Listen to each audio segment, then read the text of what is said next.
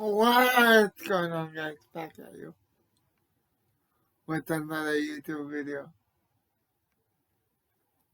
This time it's gonna be about my least favorite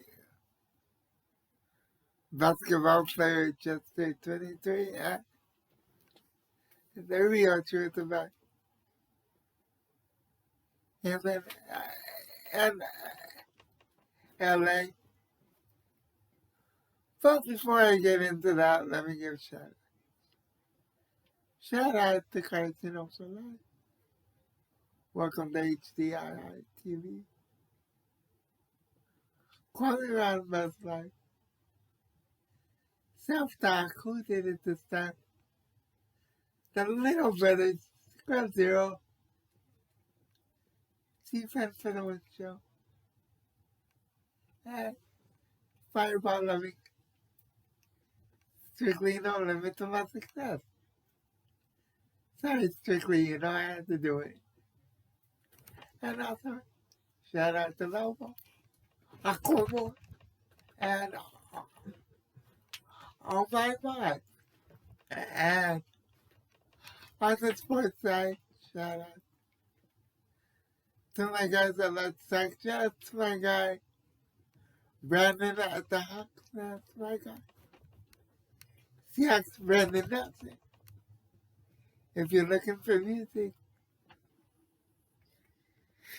check out my guy AJ Graves. And now that the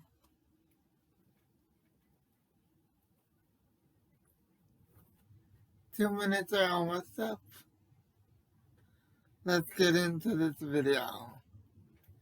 Now, shout out to Cartino. That's Cartino for Life, who did a video yesterday where he stated that LeBron tried to be a Laker Kobe's last year in the NBA after he tore his Achilles because he wanted to win a ring with Kobe, because he wanted to be loved in LA and all this other stuff, and he wanted Kobe's, I guess you could say, respect back, because after he just 23 made that super team with Dwayne Wade and Chris Bosh, his boyfriend, allegedly. Kobe kind of allegedly lost respect for Jester 23. All this is alleged. Cartino would know better than I would. I don't know any of this for fact.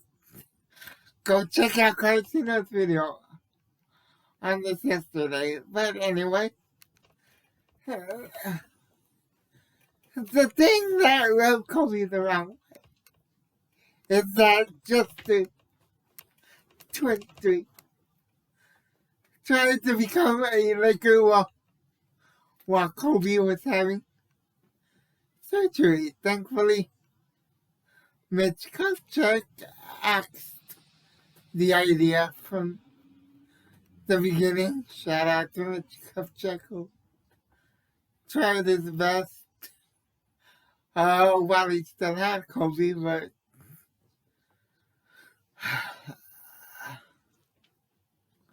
Kobe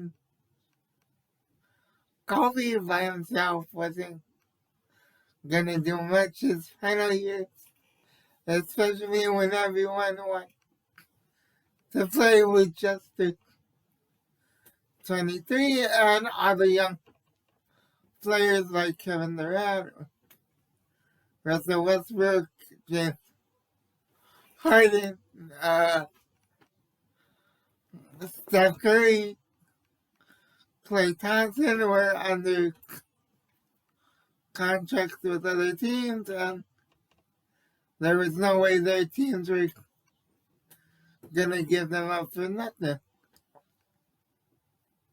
Not even the Kings had any good players in the Kings or the Lakers farm system.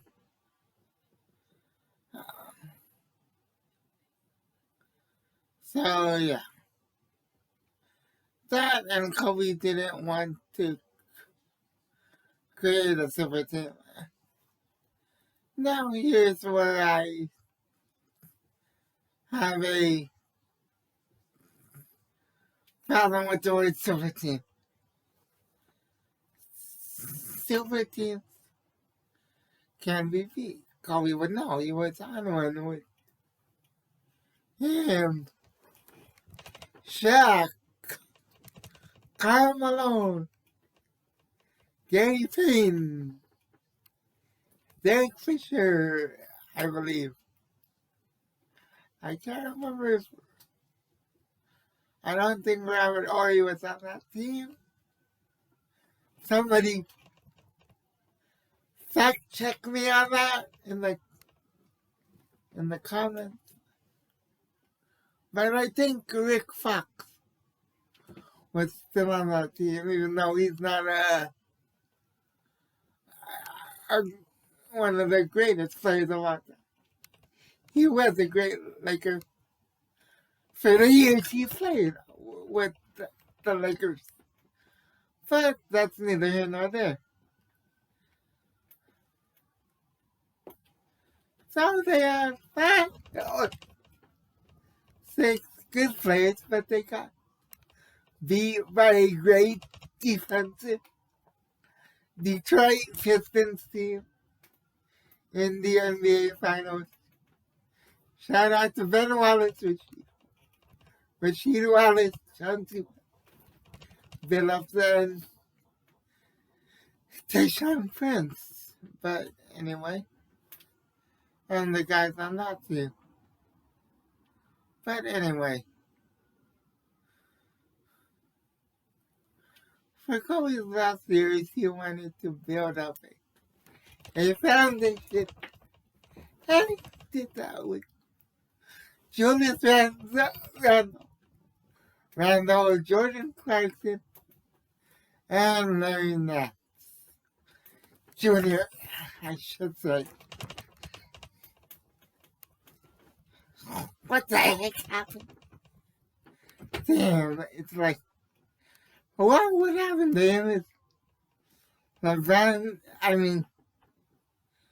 Jester 23 showed up in LA, had a one bad season with the young guys, and traded all to different teams. He traded Julius Randle to the Knicks. He traded Larry Nance Jr. to the Cavaliers. He traded, I shouldn't say he traded, but he forced the general manager, Kobe's former agent, Ralph Pelinka, to trade these players to Julius Randle went to the Knicks. Now he went to the Pelicans, along with Brandon Ingram and Larry Nance Jr. and Jordan Clarkson went to Cleveland. I can't remember I believe that was all for Anthony Davis, because I believe it was a three team trade. And yeah. Fuck, Kobe loved those young guys because he wanted to build a team around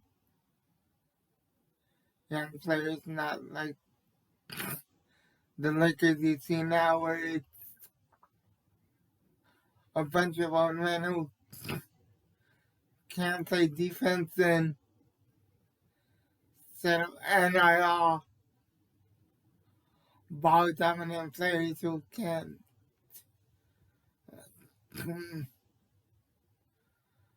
make cuts to save their lives or really do anything athletic to where it's basically 1-on-4.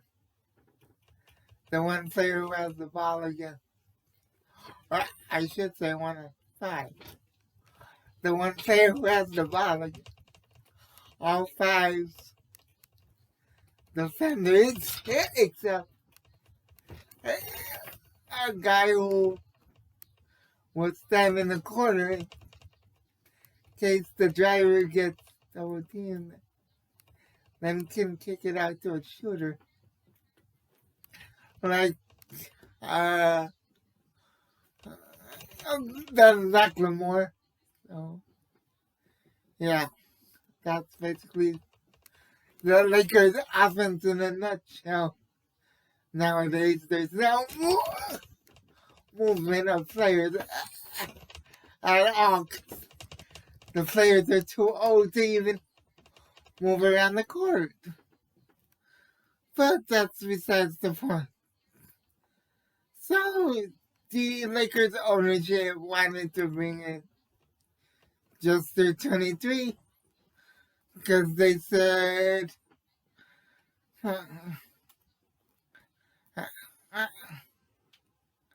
and this is all a little legit on my part because I don't know if this is really true. This is just what Casino for Life reported yesterday, and I'm going along with it. Just to give my 2 cents as a fan. Now they talked to Kobe. Kobe's like, did you already make the trade? And they're like, they said no, and this is all to put Kobe into a front office role with the Lakers. After he retired, Kobe said,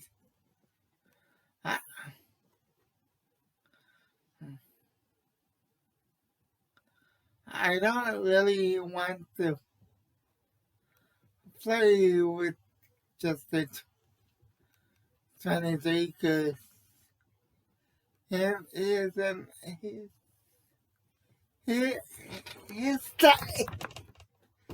style and my style are the same way. Now I can get him the ball, but he's still gonna complain, and I don't want to have to bring in a third guy that we can't really afford because of the luxury tax, and I don't really want to be part of the front office when I retire. I'm just tired of basketball. I want to be a full-time father and husband and just be with my family. So, with that being said, here's where I come in to the situation now. In 2000, let me just double check. Echo, when did the Rams come back to LA? Here's something I found on the web. According to SortyReparis.com, after Paris ended in November 2015, Simply Red are back in La Villette for one night and one night only on Friday, November 13, 2020, Friday, October 29, 2021. Echo, when did the LA Rams come back to LA? Here's something I found on the web. According to Wikipedia.org, in February and March 2007, the New Horizons spacecraft to Pluto captured Elara in several LORRI images from a distance of 5 million miles. Cancel. Echo. What year did the LA Rams come back? Echo. What year did the Rams come back to LA? Here's something I found on the web. According to Wikipedia.org, The Return of Rock is the fourth album by Jerry Lee Lewis released on the Smash label in 1965. Echo. What year did the Rams come back to LA? Here's something I found on the web. According to Su.edu, the Rams would move back to Los Angeles in 2016, and after a slow start back home, they have found what works in this team led by Cancel. So finally, after 3 minutes of asking, in 2016, when the Rams came back to LA, it was gonna be Kobe's last year. But the Rams season started in September. The Lakers season started in October. Everyone knew this was gonna be Kobe's last year. And guess who showed up to the Rams at home opener against my Seattle Seahawks? And I was there in 80 plus degree weather. And guess who showed up?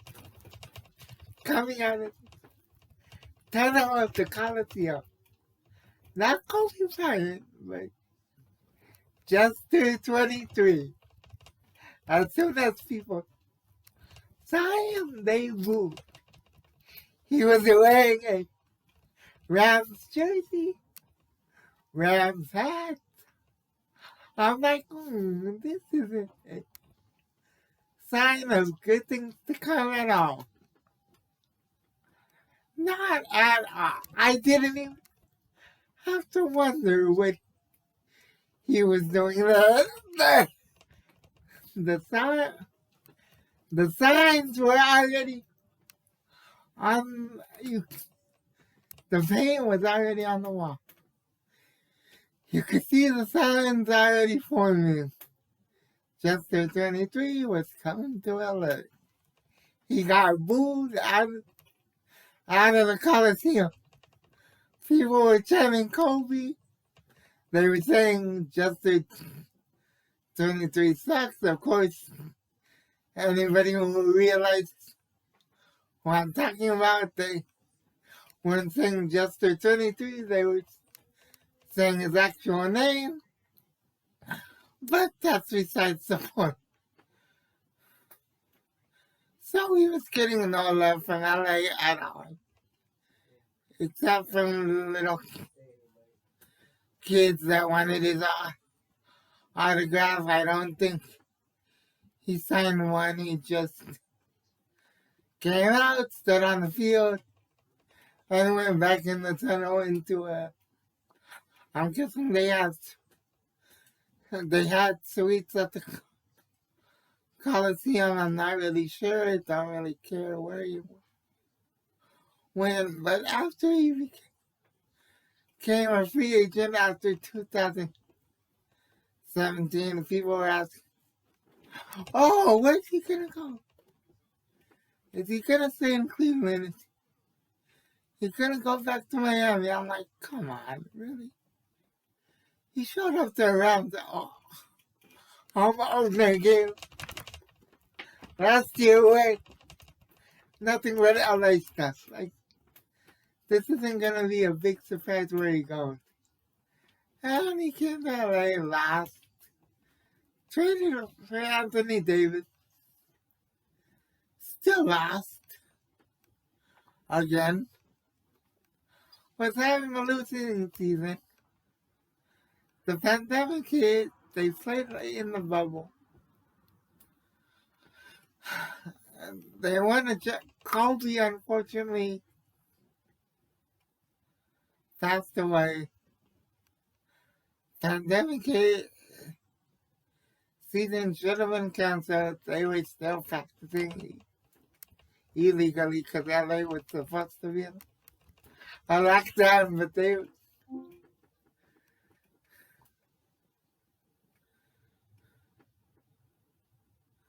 but they got the okay to practice somehow. Gee, I wonder how. And they won in the bubble, and I can't lie, I was happy because I thought that was, and I still do think Kobe would have played in the bubble that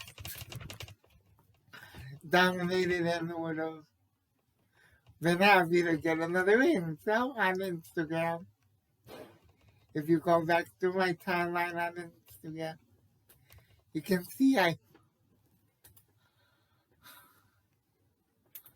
post a story where I say, I'm happy for the Lakers. This isn't about just the 23. Did he get some superstar cards? Yes. Did he deserve them? No. But for me, this is about Kobe. RIP Kobe Bryant. This is for you. And Gianna, I don't care what anyone else says. Yada, yada, yada. And yeah, that's the only time I was happy just to 23 won a championship, however fake it might be. But yeah, that's the truth between. He likes to be known as the king of LA, but there were every